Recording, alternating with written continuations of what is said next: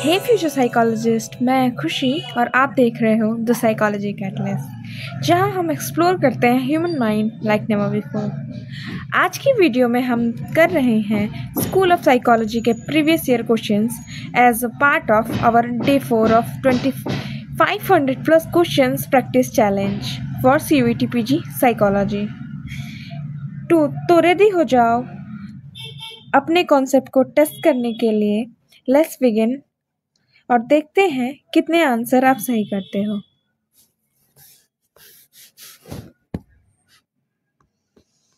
तो हम लोग शुरू करते हैं हमारे आज के टॉप 25 क्वेश्चंस के साथ।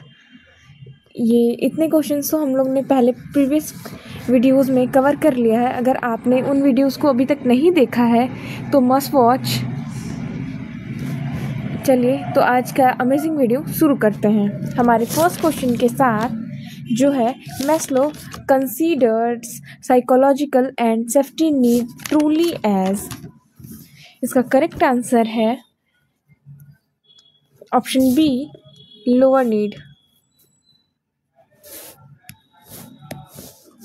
Lower need. As a humanist Maslow का मानना था कि उनमें सेल्फ एक्चुअलाइज होने की जन्मजात डिज़ायर होती है। अपने अल्टीमेट गोल को पूरा करने के लिए बेसिक नीड जैसे फूड, सेफ्टी, सेल्फ एस्टीम, जो हमारे लोअर नीड्स होते हैं, उनको फुलफिल करना ज़रूरी है। मैस्लो के हायरार्की मॉडल में 5 लेवल्स हैं। लोअर लेवल जो होता है, सबसे जो लोअर लेवल है हमारा, वो फिजियोलॉजिकल नीड्स को रिप्रेजेंट करता है। जो हमारे फिजियोलॉजिकल नीड होते हैं जैसे हंगर, सेफ्टी एक्सेट्रा। और ये नीड्स मोटिवेशन का काम करते हैं। मैस्लो की जो थ्योरी है हायरार्की नीड मॉडल, वो हम लोग इसे एक पिरामिड की तरह शो करते हैं, जिसका टॉप जो होता है वो कॉम्प्लेक्स नीड होते हैं और जो लोअर होते हैं वो बेसिक नीड होते हैं। और ये फर्दर कॉम्प्लेक्सिटी की तरफ बढ़ती रहती है, जिनमें टोटल 5 लेवल्स होते हैं। अब हम मूव करते हैं हमारे सेकंड क्वेश्चन की तरफ। इन अ psychoanalytic practice where the patient relax on a couch and freely tells whatever comes into his or her mind is called। ये बहुत ही सिंपल क्वेश्चन है। इसका करेक्ट आंसर है option C, free association. Free association expression of content of consciousness without censorship as an aid in gaining access to unconscious process। इस technique का use psychoanalysis और psychodynamic therapy में भी किया जाता है। इसे ओरिजिनली डिवाइस किया गया था बाय सिगमंड फ्रॉयड एंड उनके ही साथी थे जोसेफ ब्रूयर। उन्होंने इसे डिवाइज किया था। हमारा नेक्स्ट क्वेश्चन है question number 23। According to John Dewey is the connection between senses stimuli and motor response.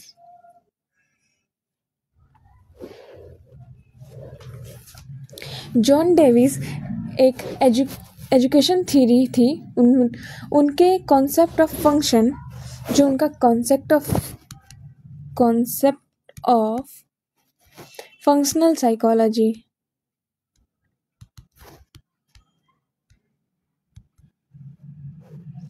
पर बेस्ड है, जो कि एक्शन और एप्लीकेशन पर फोकस करता है। यह traditional approach of stimulus response के अगेंस्ट है। तो ये इसका करेक्ट ऑप्शन होना चाहिए रिफ्लेक्स आर्क। Option B. हमारा नेक्स्ट क्वेश्चन है क्वेश्चन नंबर 24।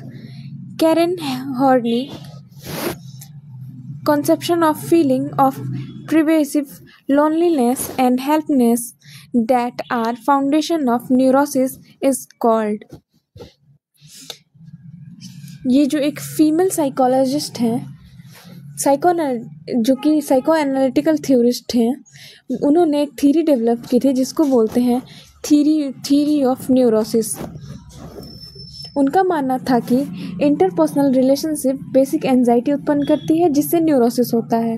बेसिक एंजाइटी जैसे indifference, lack of respect, disappearing attitude, too much और too less responsibility, isolation and so on reasons की वजह से हो सकती है। हमारा नेक्स्ट क्वेश्चन है question number 25। The ego is sometimes described as because it is direct energy supplied by it। इसका करेक्ट आंसर है executive question A. Next question है हमारा 26। According to Sigmund Freud the id operates on. जो id है वो pleasure principal को operate करता है। इसको ईगो सुपर ईगो को मैंने प्रीवियस वीडियो में अच्छे से एक्सप्लेन किया है। अगर आप लोगों ने उस वीडियो को नहीं देखा है तो मस्ट वॉच। अब आगे बढ़ते हैं हमारे क्वेश्चन नंबर 27 के साथ।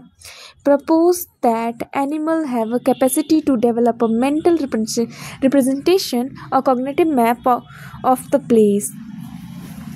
किन्होंने मतलब एक साइकोलॉजिस्ट हैं जिन्होंने टॉलमैन है वो साइकोलॉजिस्ट जिन्होंने रेट्स पे स्टडीज़ की थी। मेज लर्निंग के बारे में आपने सुना होगा। उनकी स्टडी रेट्स पर थी। उन्होंने बताया था कि लेटेंट लर्निंग बिना रेनफोर्समेंट की भी हो सकती है। जैसे चूहे ने मेज का कॉग्निटिव मैप बना लिया था। अगर उन्हें कोई रेनफोर्समेंट ना भी मिले तो भी वे कॉग्निटिव मैप रेडी कर लेते हैं।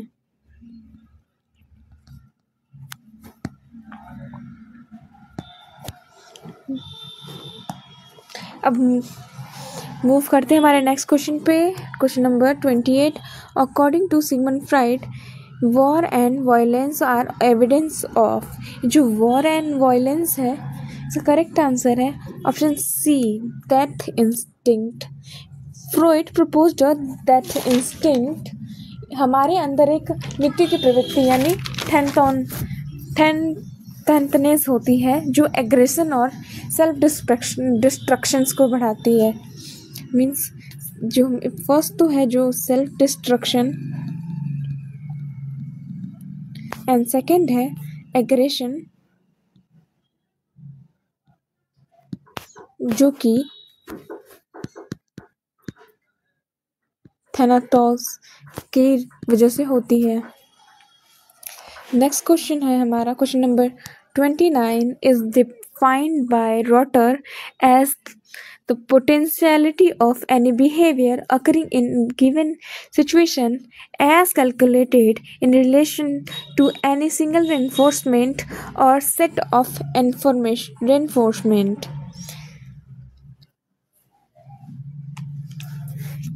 रोटर्स की जो सोशल लर्निंग थी, social learning theory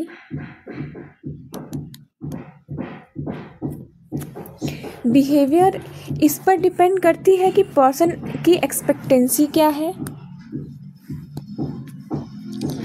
expectancy and वो क्या रिवॉर्ड को एक्सपेक्ट कर रहे हैं, उन्हें क्या रिवॉर्ड चाहिए, उसकी रिवॉर्ड की वैल्यू क्या है, इस पर डिपेंड करती है। उन्होंने इसकी एक फॉर्मूला भी दिया था जो कि था BP equals to F expectancy into reward value. अब हम मूव करते हैं नेक्स्ट क्वेश्चन पे जो कि हमारा नेक्स्ट क्वेश्चन है इन A stimulus that is originally neutral may become reinforcing by associated with a reinforcing stimulus. इसका ऑप्शन है, करेक्ट ऑप्शन है बी, सेकेंडरी रेनफोर्समेंट। जो सेकेंडरी रेनफोर्समेंट एंड टाइमिंग, ये हमारे टाइमिंग पे बेस होता है, क्योंकि जितनी जल्दी हमें जो रिवॉर्ड मिलेगी उसका इफ़ेक्ट उतना ज़्यादा होगा। रिवॉर्ड टाइमिंग जो अगर ज़्यादा होगी तो इफ़ेक्ट भी, अगर रिवॉर्ड देने में टाइम जो है कि कम लगेगा तो हमारा इफ़ेक्ट होंगे वो ज़्यादा होंगे। अब हम मूव करते हैं हमारे नेक्स्ट क्वेश्चन पे। Question number 31, which one of the following is not a major construct of existential theory. तो इसका करेक्ट ऑप्शन है option C, uncovering out unconscious fear and desire. Extensive psychology यह approach individual meaning, freedom and personal responsibility पे focus करता है। जो person है अपने ओन चॉइसेस से लाइफ की मीनिंग को क्रिएट करता है, मीनिंग ऑफ लाइफ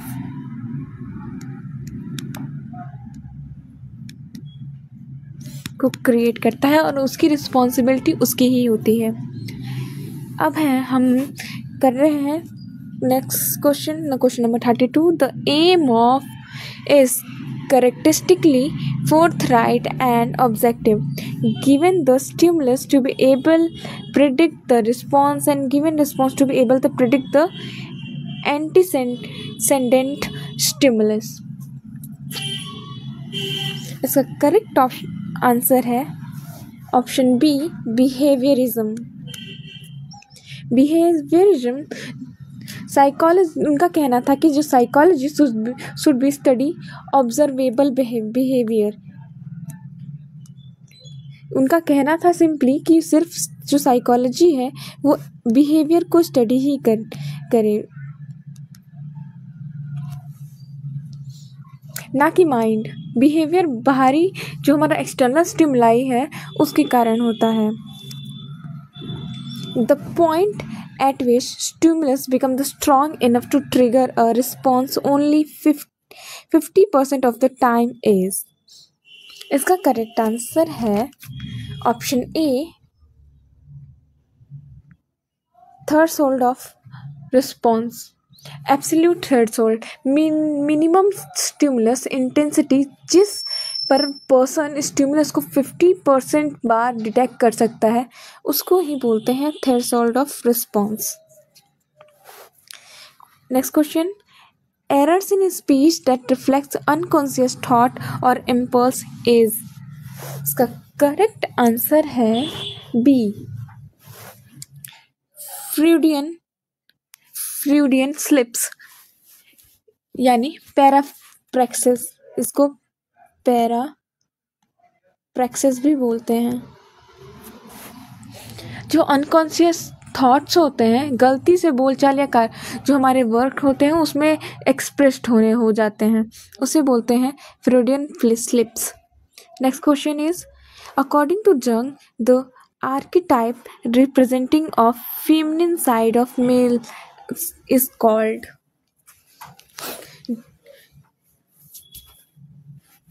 जो Carl Jung, according to Carl Jung, हर व्यक्ति में दो पक्ष होते हैं। एक पर्सन में दो पक्ष होते हैं, एक होता है मैस्कुलिन और दूसरा होता है feminine.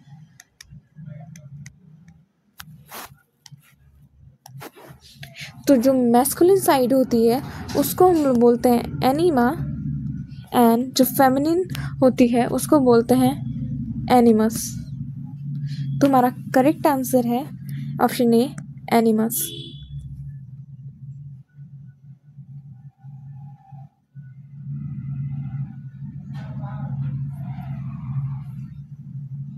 Feminine side of males.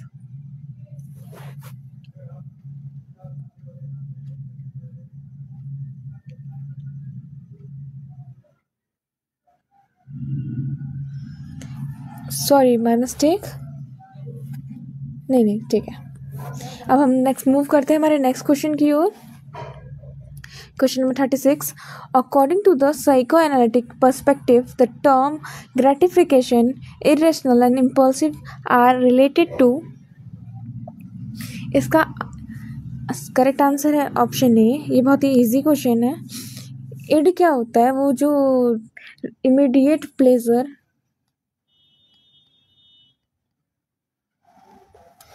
पे फोकस करता है और अवॉइड करता है हमारे पेन को। Next question is question 37. Alfred Adler proposed that humans are motivated by. इसका करेक्ट आंसर है ऑप्शन डी, सोशल अर्ज।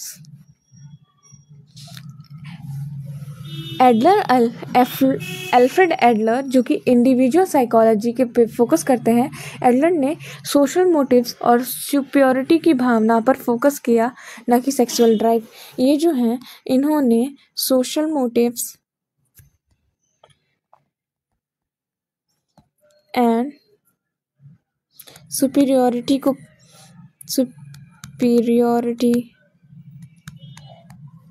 को वो कंपोनेंट बताया जो कि मोटिवेटेड करती है। Question number 38 is associated with Gestalt school. इसका करेक्ट ऑप्शन है Max Wertheimer. Gestalt psychology founded by Wertheimer, Koffka and Kohler.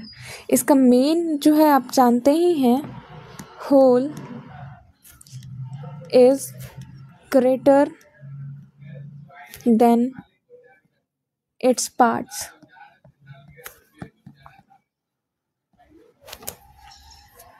अब हम मूव करते हैं हमारे नेक्स्ट क्वेश्चन की तरफ। Question number 39.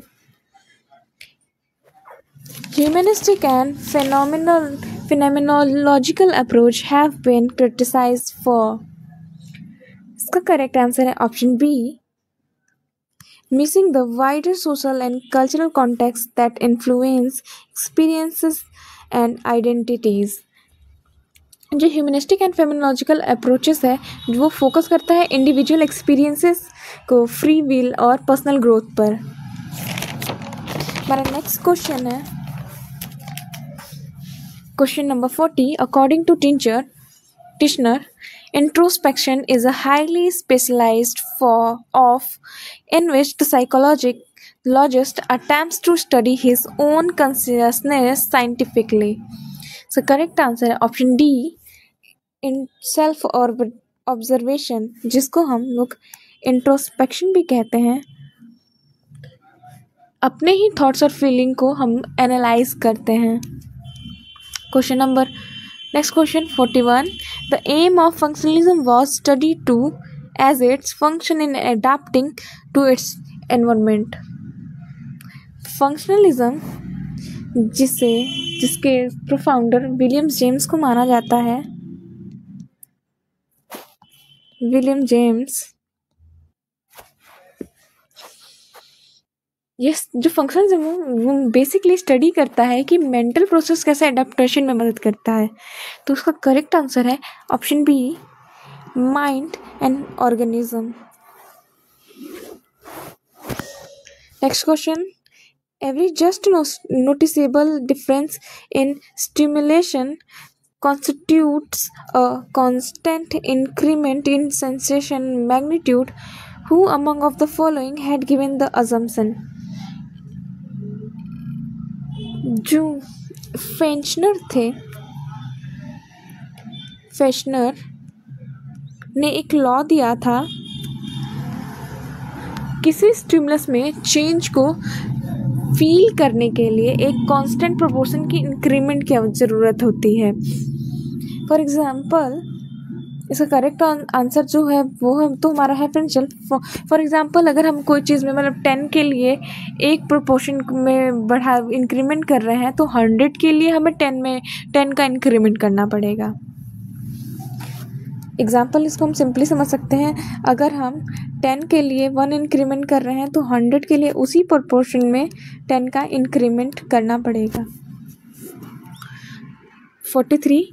Many mental disorders can be traced to unconscious urges, to impulses, and to the struggle over their expression that takes place in the hidden depth of human personality. The above sentence a statement is related to which of the following perspective?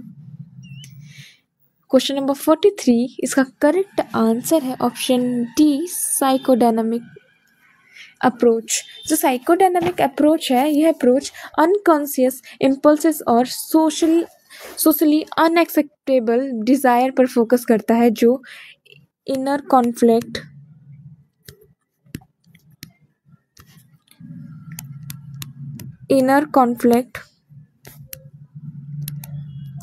और mental disorders का कारण बनती है। हमारा next question है question number 44, the defence mechanism involving an intellectual reason to justify a certain action connected only in the mind of the person after the behavior is completed is। Question इसका answer है सी, rationalisation. जो Daniel होता है, इस meaning कि सच्चाई को अस्वीकार करना। वही रिप्रेशन क्या होता है? हमारे अवांछित विचारों को दबाना, जो हमारे विचार जो गलत थॉट्स हैं उनको सप्रेस करना। रेशनलाइजेशन क्या होता है कि अपने ही बिहेवियर को लॉजिकल बनाना। और प्रोजेक्शन क्या है? अपनी हमारी जो फीलिंग्स है वो दूसरों पर डालना।